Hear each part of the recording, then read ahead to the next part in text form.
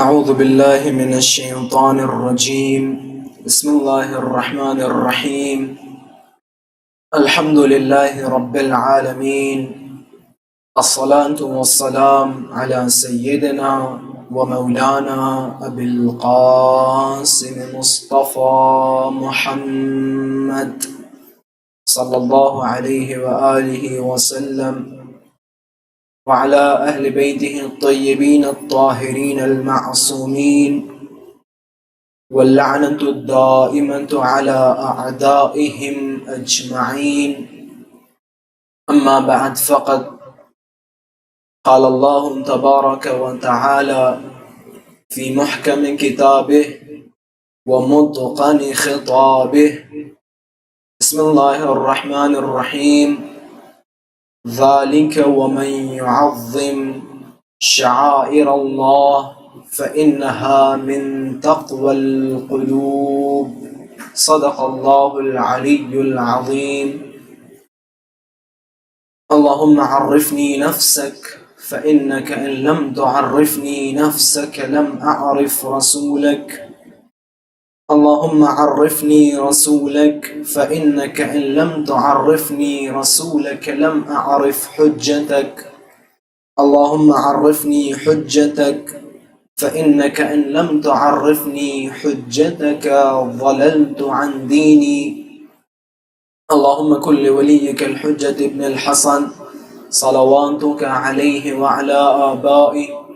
في هذه الساعة وفي كل الساعة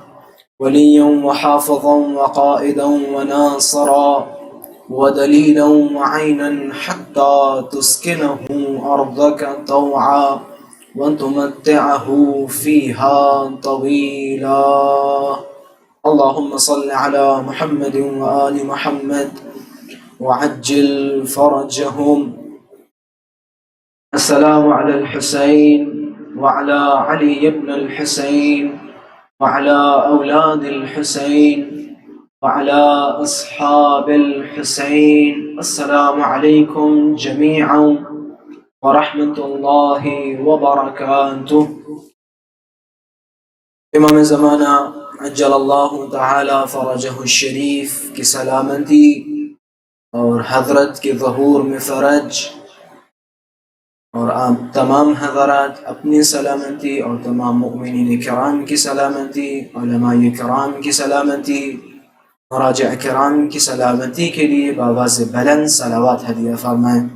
اللہم صل علی محمد وآل محمد وعجل فرجہم. عزیزان محترم، جس آیہ کریمہ سرنامہ سخن قرار دیا ہے خداوند متعال کی مشہور و معروف آیت، جس میں خداوند متعال ارشاد فرما رہا ہے تم میں سے جو بھی شعائر اللہ کا احترام کرے، جو بھی شعائر اللہ کی تعظیم کرے، تو اس کا یہ تعظیم کرنا اس بات کی دلیل ہے کہ وہ متقی ہے، پرہیزگار ہے. یہ جو آیت کا ترجمہ، اس کا وہ احترام کرنا پاکیزی قلب کی دلیل ہے. انشاءاللہ ہماری آئندہ کی جو مجالس آپ حضرات کے سامنے آئیں گی، ان میں بطریق احسن اس آیہ کریمہ کی تفسیر و تعویل اور مختلف زاویے سے آپ حضرات کے سامنے گفتگو کروں گا. لیکن فی الحال کیونکہ یہ ہماری پہلی مجلس ہے، تو اس میں مقدمتاً حالات حاضرہ اور عزاداری سید الشہداء کی اہمیت و احترام کے حوالے سے چند نکات آپ حضرات کے سامنے بیان کروں گا. اور جو ہمارا موضوع ہے انشاءاللہ اس موضوع پہ اگر میرے پاس وقت ہوا تو تھوڑی سی وضاحت آپ حضرات کے سامنے پیش کروں گا، اور اگر وقت نہیں ہوا تو کل انشاءاللہ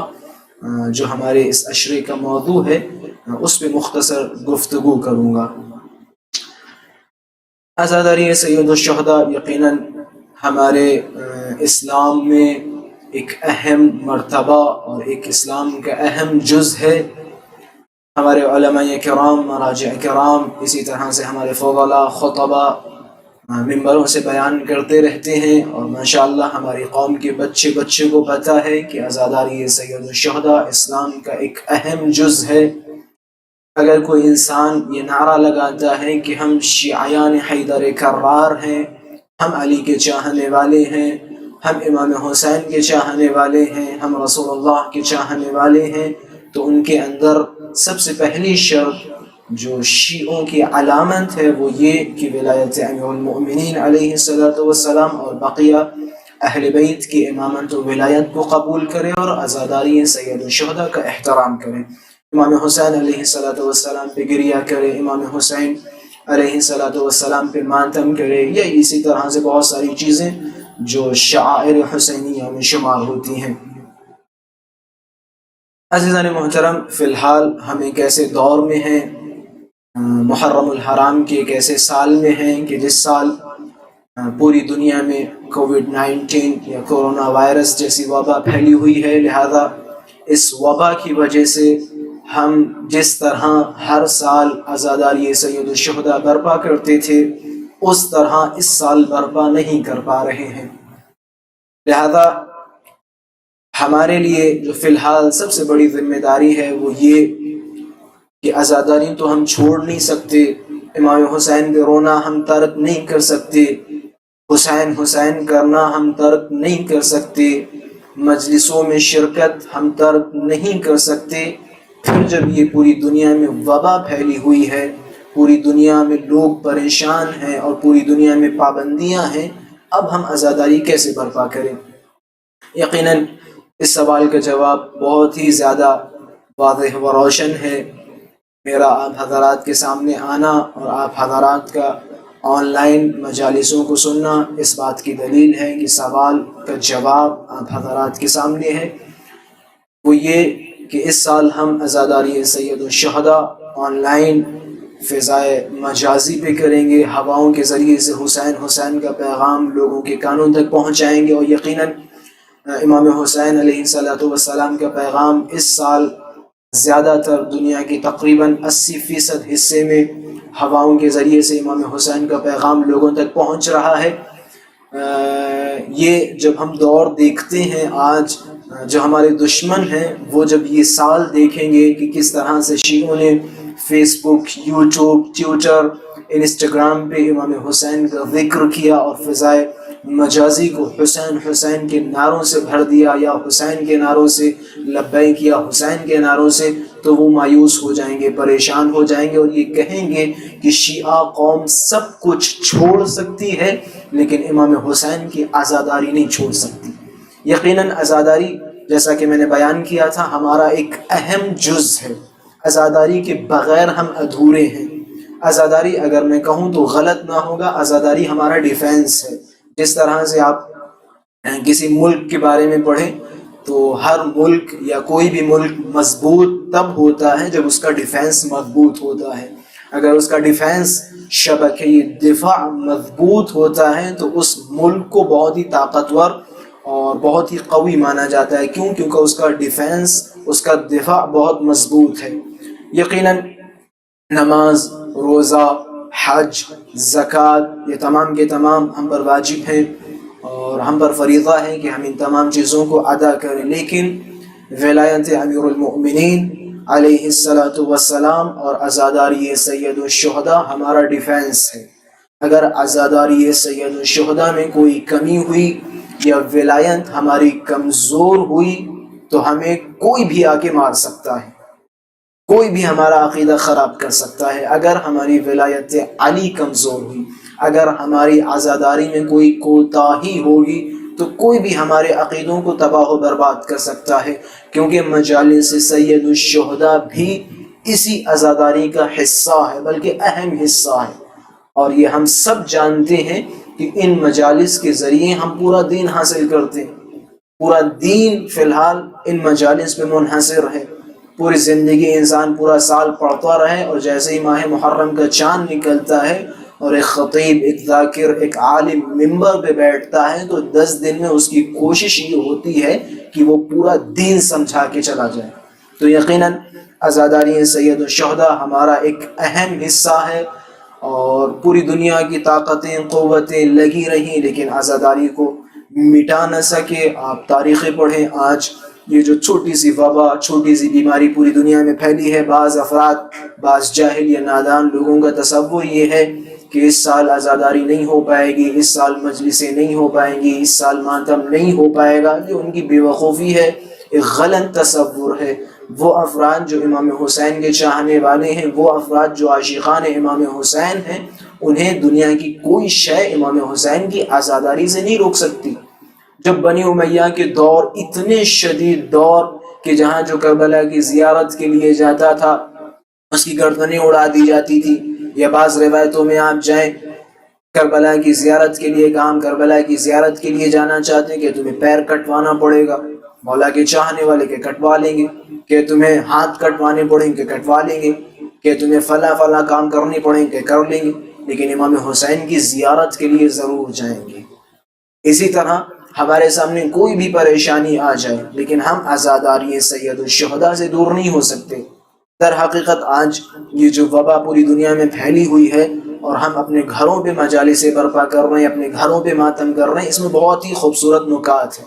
پہلا نکتہ یہ ہے کہ ہر سال ہم ماتم کرتے ہیں، ہر سال مجلس برپا کرتے ہیں، ہر سال حسین حسین کرتے ہیں، ماتم کرتے ہیں، روڈ پہ آتے ہیں، امام حسین کا ذکر کرتے ہیں اور سینوں پہ ہاتھ مارتے ہیں، ماتم کرتے ہیں، نوحہ پڑھتے ہیں، روڈ پہ آتے ہیں، 1,00,000 لوگوں کے سامنے، 1000 لوگوں کے سامنے، 100 لوگوں کے سامنے، 200 لوگوں کے سامنے اپنی بہترین آواز پیش کرتے اور امام حسین کا ذکر کرتے۔ ایک خطیب ہزاروں کے مجمع میں پورے جوش و خروش کے ساتھ مجلسیں خطاب کرتا ہے۔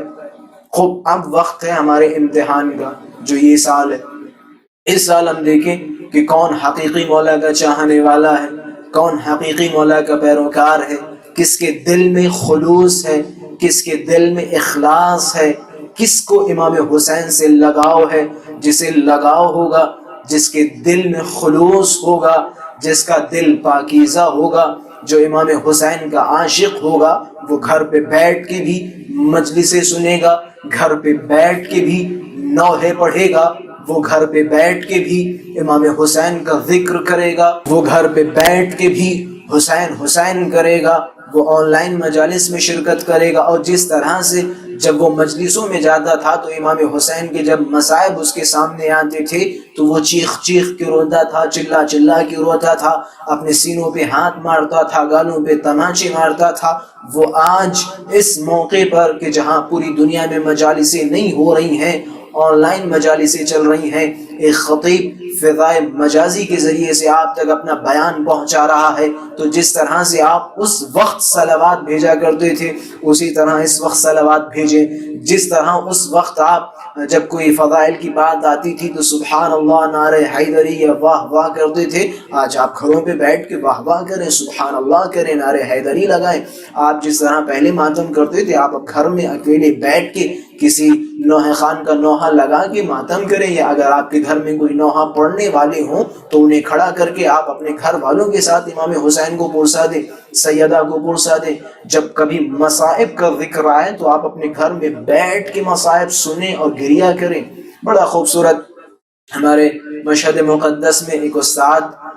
بڑا خوبصورت جملہ فرماتے ہیں کہ ہمارے جوانوں کو چاہیے کہ وہ روضہ خوان ہوں۔ فارسی زبان میں روضہ خوانی کہتے ہیں مصائب پڑھنے کو،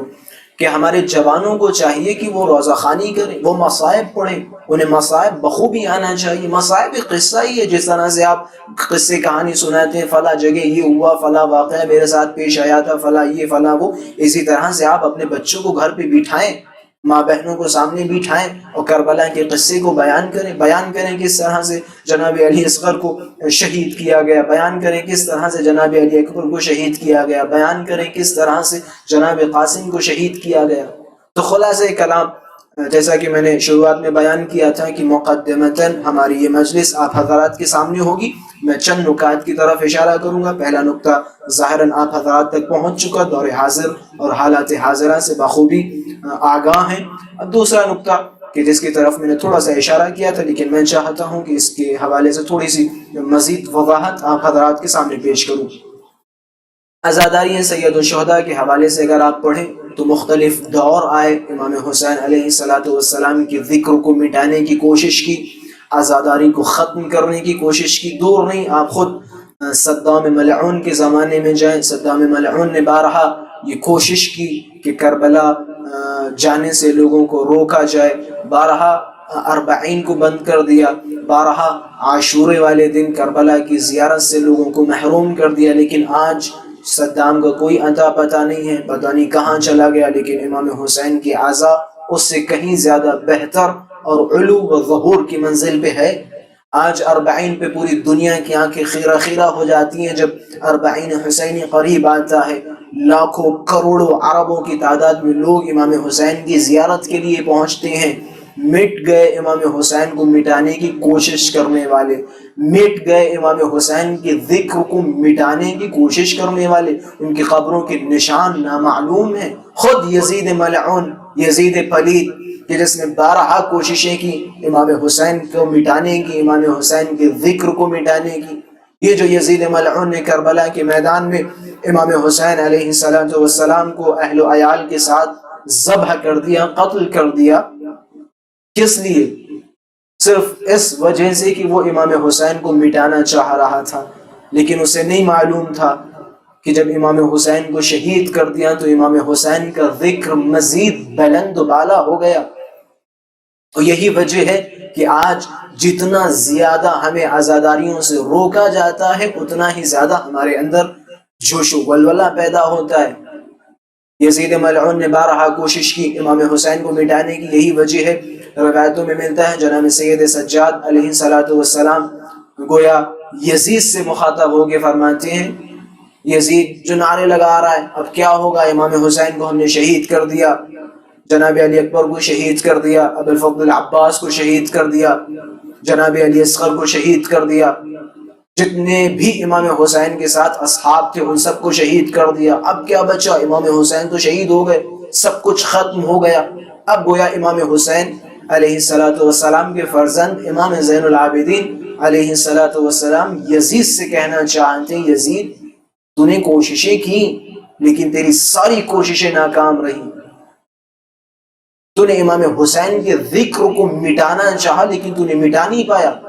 امام سجاد علیہ السلام ایک روایت میں کیا خوبصورت جملات فرماتے ہیں، حضرت فرماتے ہیں لا يدرس اثرہ ولا يعفو رسمہ على کرور اللیالی والایام، کہ امام حسین کو مٹانے کے لیے آئے ہو،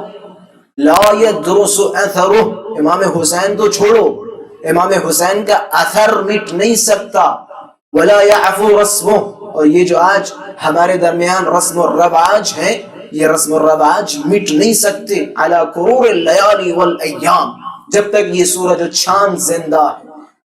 یعنی جب تک اس روئے زمین پہ سورج و چاند نکلتے رہیں گے، یعنی دنیا کے اختتام تک امام حسین کا ذکر مٹا نہیں سکتے،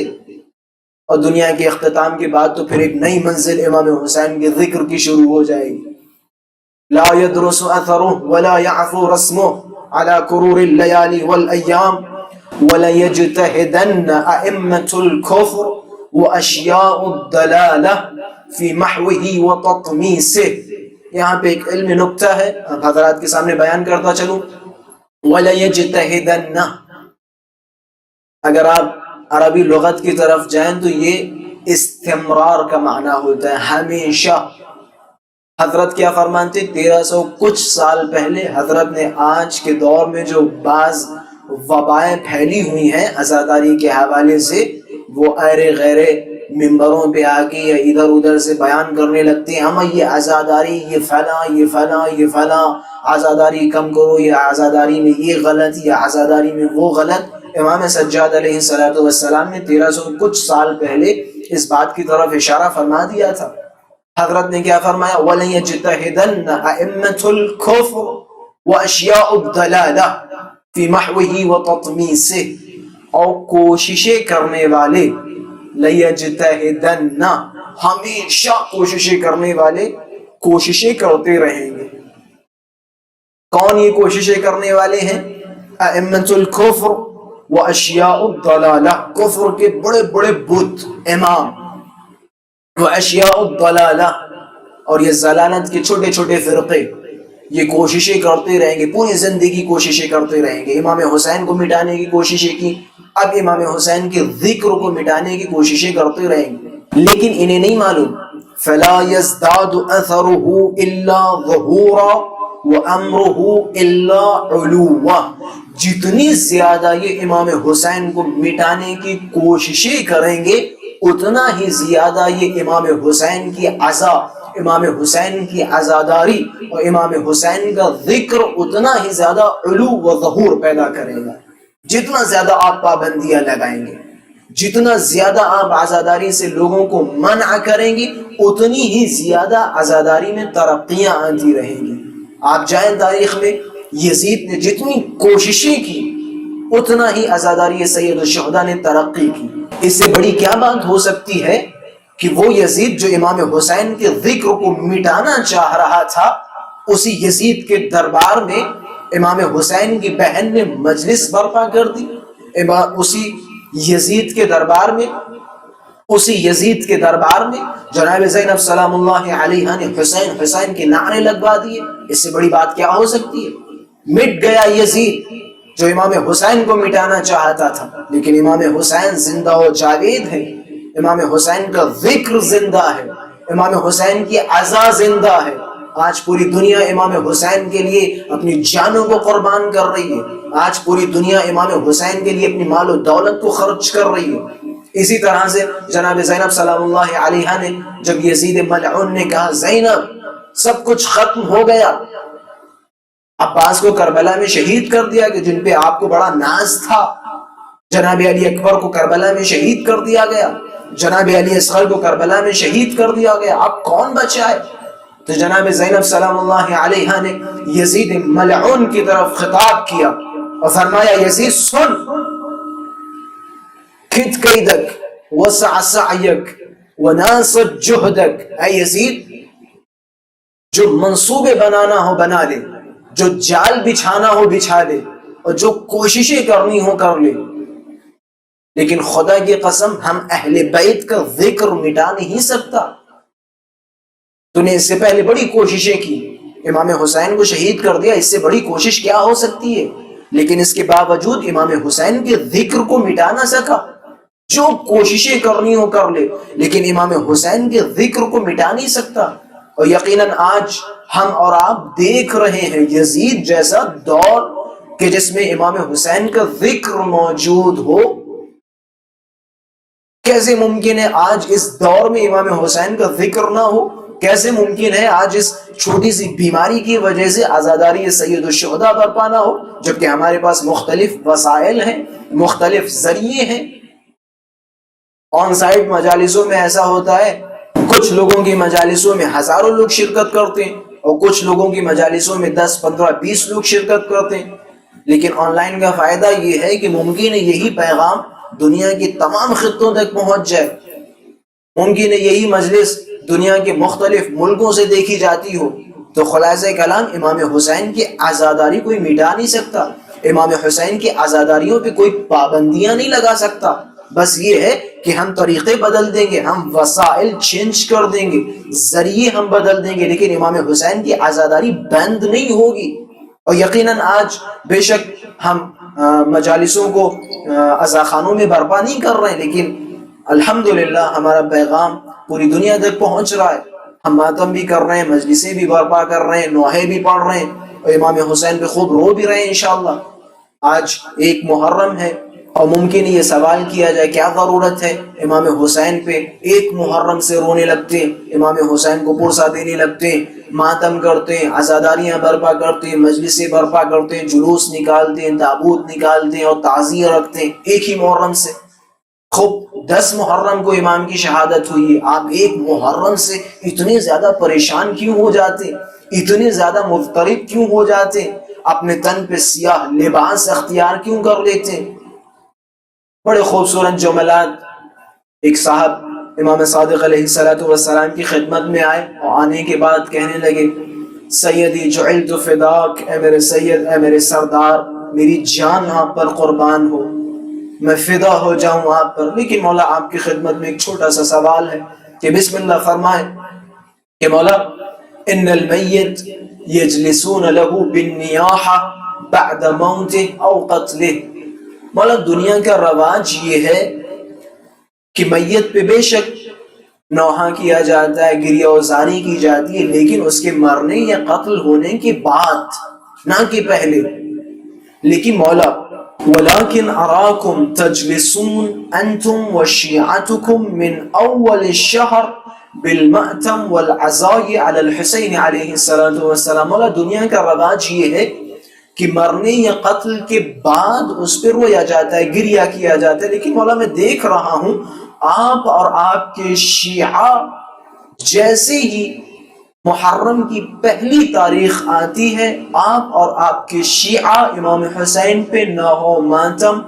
اور گریہ کرنے کے لیے بیٹھ جاتے ہیں۔ مولا حکمت کیا ہے، راز کیا ہے؟ امام صادق علیہ السلام نے جواب دیتے ہوئے فرمایا، یا ھذا، اے شخص، اذا حل ہلال محرم نشرت الملائکہ ثوب الحسین فی السماء،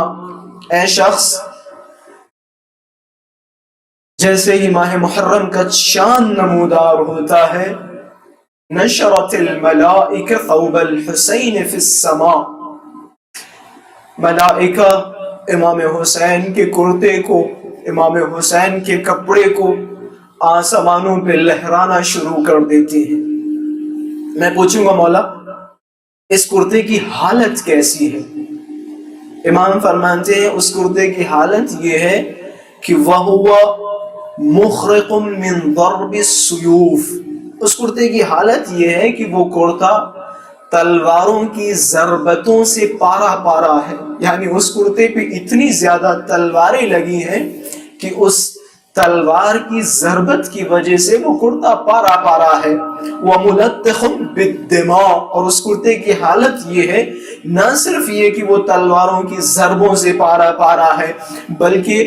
وہ کرتا خون میں غلطیدہ ہے، خون میں ملطخ ہے، خون میں مخلوط ہے۔ پھر امام صادق اس سوال کا جواب دے رہے ہیں جو راوی نے سوال کیا تھا۔ اس کا سوال یہ تھا، مولا آپ ایک محرم سے گریہ کرنا کیوں شروع کر دیتے ہیں؟ امام فرماتے ہیں جیسے ہی ہلال محرم نمودار ہوتا ہے تو ملائکہ امام حسین کے کرتے کو آسمانوں میں لہرانا شروع کر دیتے ہیں۔ اس کرتے کی حالت یہ ہے کہ وہ کرتا تلواروں کی ضربتوں سے پارا پارا ہوتا ہے اور خون میں غلطیدہ ہوتا ہے، خون میں ملطخ ہوتا ہے۔ فَنَرَاهُ نَحْنُ وَشِيعَتُنَا بِالْبَصِيرَةِ، پس ہم اور ہمارے شیعہ اس کرتے کو دیکھتے ہیں، آنکھوں کے ذریعے سے نہیں دیکھتے بلکہ بصیرت کے ذریعے سے دیکھتے ہیں۔ بس جیسے ہی ہم اور ہمارے شیعہ اس کرتے کو بصیرت کے ذریعے سے دیکھتے ہیں، فَتَنْفَجِرُ دُمُوعُنَا، ہماری آنکھوں سے آنسو بہنا شروع ہو جاتے ہیں۔ بس جیسے ہی ہم اور ہمارے شیعہ اس کرتے کو دیکھتے ہیں، ہماری آنکھوں سے آنسو بہنا شروع ہو جاتے ہیں۔ ہاں عزادارو، آج ایک محرم ہے، جب بھی آپ کو کسی پہ گریہ کرنا ہو تو امام حسین پہ گریہ کریں۔ امام رضا علیہ السلام فرماتے ہیں، ابن شبیب، اے شبیب کے بیٹے، اگر تم چاہتے ہو کسی شخصیت پہ رونا، اگر تم چاہتے ہو کسی پہ رونا چاہتے ہو، کسی کو پرسہ دینا چاہتے ہو، تو جاؤ میرے جد حسین پہ رو، جاؤ میرے جد حسین کو پرسہ دو، کیونکہ میرے جد حسین کو کربلا کے میدان میں سروز کا بھوکا و پیاسا شہید کیا۔ ہاں عزادارو، جیسے ماہ محرم کا چاند نمودار ہوتا ہے، بنی ہاشم کے گھروں میں کوہرام برپا ہو جاتا ہے۔ روایتوں میں ملتا ہے کہ راوی کہتا ہے جب بھی ہم پریشان ہو جاتے تھے، ہمیں محرم کا چاند نمودار نظر نہیں آتا تھا، یا ہم مشکوک ہوتے تھے کہ آیا محرم کا چاند نمودار ہوا یا نہیں ہوا، تو ہم مدینے میں بنی ہاشم کے دروازوں پہ جاتے تھے، اور بنی ہاشم کے دروازوں پہ جانے کے بعد اگر رونے کی آوازیں آتی تھی تو ہم سمجھ جاتے تھے کہ محرم الحرام کا چاند نمودار ہو چکا ہے، ہم سمجھ جاتے تھے کہ محرم کا چاند نمودار ہو چکا ہے۔ ہاں عزادارو، روایتوں میں ملتا ہے، راوی کہتا ہے میں گیا، میں نے دیکھا امام صادق علیہ السلام کی عجیب حالت ہے، امام صادق پریشان ہیں، گریہ فرما رہے ہیں، پہلی محرم کی بات ہے، لیکن جیسے ہی یہ تاریخ عاشورے سے قریب ہوتی تھی تو امام صادق علیہ السلام کی حالت میں تبدیلی آتی جاتی تھی، اور جیسے ہی محرم الحرام کا چاند نمودار ہونے کے بعد عاشور آتا تھا. راوی کہتا ہے امام صادق کی حالت یہ ہوتی تھی کہ امام صادق اپنے سر سے امامے کو اتارتے تھے, اپنے سینوں پہ ہاتھ مارتے تھے, آواز بلند کرتے تھے, واہ جدہ واہ حسینہ, آئے حسین کو کربلا کے میدان میں شہید کر دیا, امام حسین کے ساتھ ان کے بچوں کو شہید